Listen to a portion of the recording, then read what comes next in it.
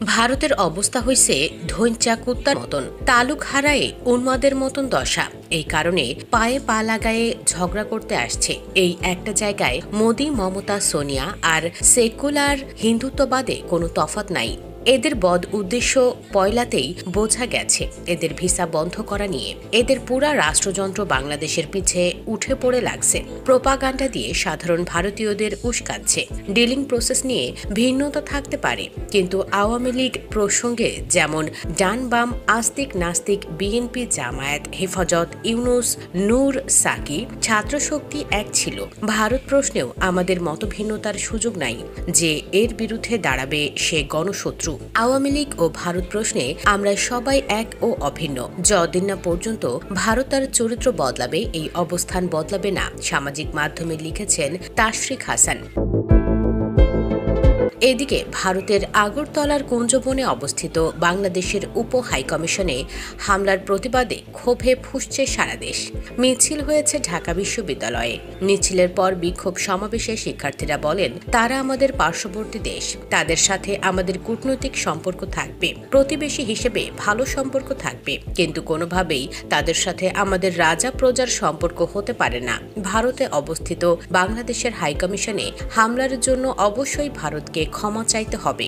তারা আরো বলেন, ভারতকে বলতে চাই এদেশে আর আওয়ামী লীগের ক্ষমতা নেই, সুতরাং তারা যেন আওয়ামী লীগের আমলের মতো করে এদেশে আধিপত্য বিস্তারের চেষ্টা না করে। দিল্লিকে হুঁশিয়ারি দিয়ে বলতে চাই, শরীরে এক ফোঁটা রক্ত থাকা পর্যন্ত আমরা ভারতের আধিপত্য মেনে নেব না। যেভাবে আমরা হাসিনাকে পালাতে বাধ্য করেছি, সেভাবেই আমরা দিল্লির আগ্রাসনও রুখে দেব। তারা বলেন, গত 16 বছর পরে বাংলাদেশ যখন দিল্লির গোলামি ছেড়ে মাথা উঁচু করে দাঁড়িয়েছে, দিল্লির দিকে চোখে চোখ রেখে তাকাচ্ছে, দিল্লির ঘুম তখন হারাম হয়ে গেছে। তাদের দাবি, এ ধরনের ঘটনা কূটনৈতিক শিষ্টাচার লঙ্ঘন এবং বাংলাদেশের সার্বভৌমত্বের প্রতি অবমাননা। জনপ্রিয় কন্টেন্ট ক্রিয়েটর কাফি সমাবেশে বলেন, আমরা সবেমাত্র গণ অভ্যুত্থানের মাধ্যমে নতুন বাংলাদেশ পেয়েছি। এখনো অনেকের চোখ নেই, পা নেই, অনেকে কবরে শুয়ে আছে, কিন্তু তাদের মায়াকান্না হয় না। তাদের মায়াকান্না হয় হাসিনার ক্ষমতার জন্য। আমরা তাদেরকে আর কখনোই ক্ষমতার স্বাদ পুনরায় নিতে দেব না। দিল্লির সঙ্গে আমাদের সম্পর্ক হবে চোখে চোখ রেখে। এদিকে আগরতলায় বাংলাদেশের সহকারী হাইকমিশনে হামলার ঘটনায় দুঃখ প্রকাশ করেছে ভারতের পররাষ্ট্র মন্ত্রণালয়। ঘটনার পর নয়াদিল্লিতে বাংলাদেশ হাইকমিশন সহ সারা ভারতে বাংলাদেশের উপ ও সহকারী হাইকমিশনগুলোর নিরাপত্তা বাড়ানোর ঘোষণা দিয়েছে ভারত সরকার।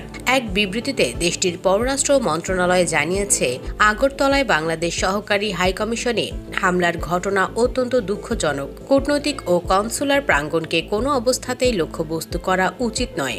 নয়াদিল্লিতে বাংলাদেশ হাইকমিশন এবং সারা দেশে বাংলাদেশের উপ ও সহকারী হাইকমিশনগুলোর নিরাপত্তা ব্যবস্থা জোরদার করার জন্য সরকার ব্যবস্থা নিচ্ছে।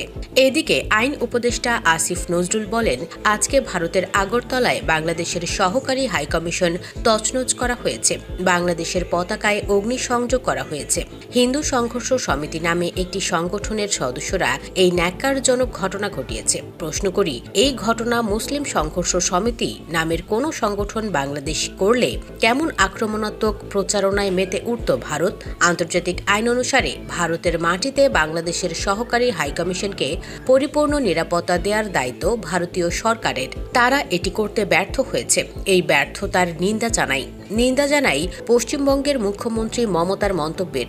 ভারতের বিভিন্ন অঞ্চলে যা ঘটে সংখ্যালঘু ও দলিত সম্প্রদায়ের ওপর, এর জন্য বরং উল্টো ভারতের এবং মমতার লজ্জিত হওয়া উচিত। ভারতে বলি, আমরা সমমর্যাদা আর সমানাধিকার ভিত্তিক বন্ধুত্বে বিশ্বাসী। শেখ হাসিনার সরকার বিনা ভোটে ক্ষমতায় থাকার লোভে ভারত তোষণ নীতিতে বিশ্বাসী ছিল। তবে ভারতকে বুঝতে হবে, এটা শেখ হাসিনার বাংলাদেশ নয়। এই বাংলাদেশ স্বাধীন, সার্বভৌম ও আত্মমর্যাদাশীল। এই বাংলাদেশ নির্ভীক একটি তরুণ সম্প্রদায়ের।